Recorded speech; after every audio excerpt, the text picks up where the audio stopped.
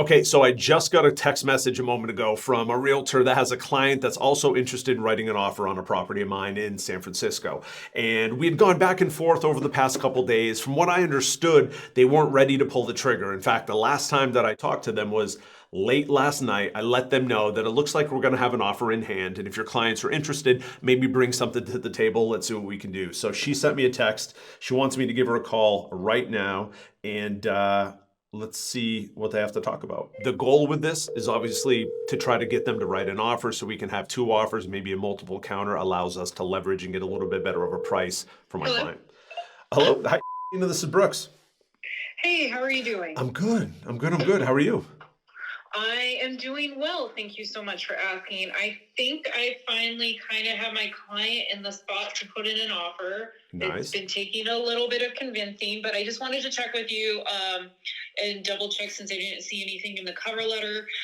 Are you guys wanting it, I'm assuming, on the San Francisco purchase agreement, or do you want regular car? Ideally, regular car would be good. The San Francisco purchase agreement's all over the place, I feel like. Well, from what I'm used to. So completely different. I agree. I'm not used to theirs, but obviously used it several times. I don't care for it. Maybe because I'm just used to the car purchase. Totally. No, I'm definitely. If you want to put it together on the car forms, that's great. I actually have a call with my client in 15 minutes, or 18 minutes, 1 o'clock, to go over the offer that we do have in hand right now. So, just want to give you a heads up that we do, as I mentioned yesterday, we do have something else on the table. And but if you guys are interested, if you want to, where are you at in the process of writing it? Just kind of have they started the private? Are you presenting it today or? It's mostly like I have what she wants to offer and all of that stuff. I just have to basically put it all together quick and get it over to her for DocuSign. Cool. Okay. And I've communicated with the other buyer that that we likely aren't going to review that one for a couple hours, just mainly because I was in touch with their lender, wanted to get some insight on that as well. So if you want to save me some time and shoot me the lender pre-approval, I can give he or her the call and just kind of learn a little bit about your buyer, if that's cool. I'm the lender. Oh, nice. Cool. Yeah. Two birds with one stone. Oh, that's right. We talked about that. That's right. Yeah, we did. Yeah, no, she's definitely a strong candidate and all of that good stuff. She has the proof of funds, which I will send over with the offer and all of that good stuff. Conventional, going to do at least 10% down, all of that good stuff. She shouldn't have any problems with the loan. Perfect. And is this her? Is this the only offer she's writing on, or is there any other homes that she's writing? Right now, this is the only offer that she wants to write at the moment. Okay, It's cool. been a little bit of a struggle to convince her to make the next steps because she's just, a little bit apprehensive about all of it. First time home buyer. Totally get it. What, if you don't mind me asking, if what kills the deal? Do you think, in the sense of, do you think she'll get cold feet down the line? Have you felt that energy from her at all, or? No, I did have her in escrow at the end of 2022.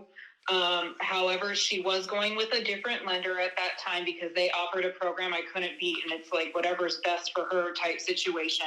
Yeah. And that program was not what they promised. Mm. And that program was really like what made her decide on that particular property and stuff because of the credits and stuff she would give because it was in a certain area. So we didn't move forward because of the loan falling through. Otherwise, she still is sad that didn't work out. Okay. So once she's in it, she is definitely in it. Obviously something can arise that's outside of her control, Yeah. With appraisal or, but I don't see, hopefully any issues with that, but you know what I mean? Totally. So Yeah. she definitely wants a place. She needs to move out of her current place. So she knows that, this is something. And like I said, she's been looking for a couple years.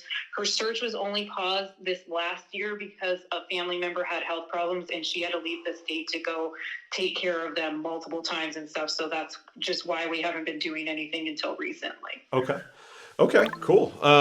That's helpful. That's great. I love the fact that you're the lender as well. Who are you with as far as the lending side? So my broker actually has the real estate and the mortgage under him. So Okay. I'm with him. So we're title realty on the real estate side and then finance anyone on the finance side. Okay, cool. Awesome. Yeah. When do you have any? Can you share any terms or anything on what it's going to look like and when you expect to get that offer in, and I can let him know at one. I'm trying to think. She isn't looking for anything really special, kind of straightforward, Okay. escrow, 30 days, she wants to do typical in contingency periods just because of her work schedule is a little hectic. She works at a hospital and she's like the only manager, so she kind of gets pulled in a lot of directions a lot of the time. And it's kind of been my problem with like getting her to commit to an offer, just because we can't always talk when we're both available. Totally. So that's just been a little bit of a hindrance. Let me see what else. Right now, she's adamant on a lower price, so, than what list price is. So, I mean, obviously you have another offer on the table. I don't know if there's anything you can tell me about that or want to tell me about that, but she was coming in lower. I'm trying to convince her that maybe it's a little bit too low. Well, not maybe. It's a little bit too low, but right now she wants to do $625. Ooh. Yeah, exactly. But is okay. Is she pretty? She's strong with terms and everything like that. What's the reason for the 625? Is she just looking for a deal type of thing? Is it like if I get it, I get it at 625. If I don't, not a problem. This is one of the only things her and I have a fight on. Okay. And I don't know how many times I can tell her and all of this stuff, but it's the only thing that we argue about every time. She is looking at comps through like Redfin and Zillow that's obviously pulling everything and not really looking at real comps for the particular property. Isn't that the biggest fight that every realtor has with their clients? Exactly. I'm literally losing my mind. I sent her, CMAs to show her like, no, these are the real comps. Like, this is what you actually, like, explained to her the whole process multiple times. I swear I think she gets it. And then she starts arguing with me again. And she's like, well, I talked to so-and-so. And I'm like, but they're not even a real estate agent. Like, of course, they're looking at the same stuff you are. And I'm like, trust me, I know when I was looking at houses and stuff before I knew all of this, I was the exact same way. Right. But that's not how it works. It's funny. And you see those memes every time. It's like, but Zillow said, and then it was like, Superman slapping the guy. It's frustrating is what it is. But I'm with you. There's only so much you can do. Unfortunately, it gets to the point where they listen to Zillow and they listen to Redfin so much, and then they continue to lose. And then they start to say, let me listen to the professional who does this on a daily basis. And it's unfortunate, but I mean, it's not an awful offer. The offer we do have in right now is a tick under between you and I. Okay. So the 625 would be significantly under, but it's definitely something that we can present and who knows.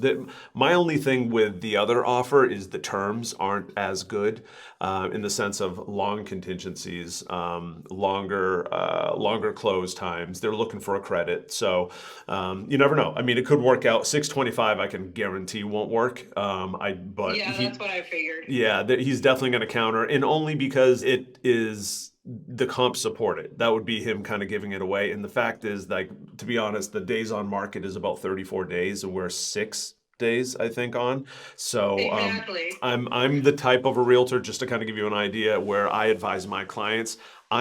Days on market mean nothing to me. If this was 60 days and we needed to wait 70 days to get the offer he wanted, I would. So I definitely don't push him towards that just to hit those numbers. But and he understands that, and he has a bunch of time as well. This was a vacation home, so. Gotcha. So keep me posted. When do you think you may be able to get that in? So it's just, I have to finish up something for my brokerage really quick. Okay. So hopefully that doesn't take me too long, but I obviously wanted to check with you on the purchase agreement, which one you wanted to use and all that stuff, and just to kind of touch base.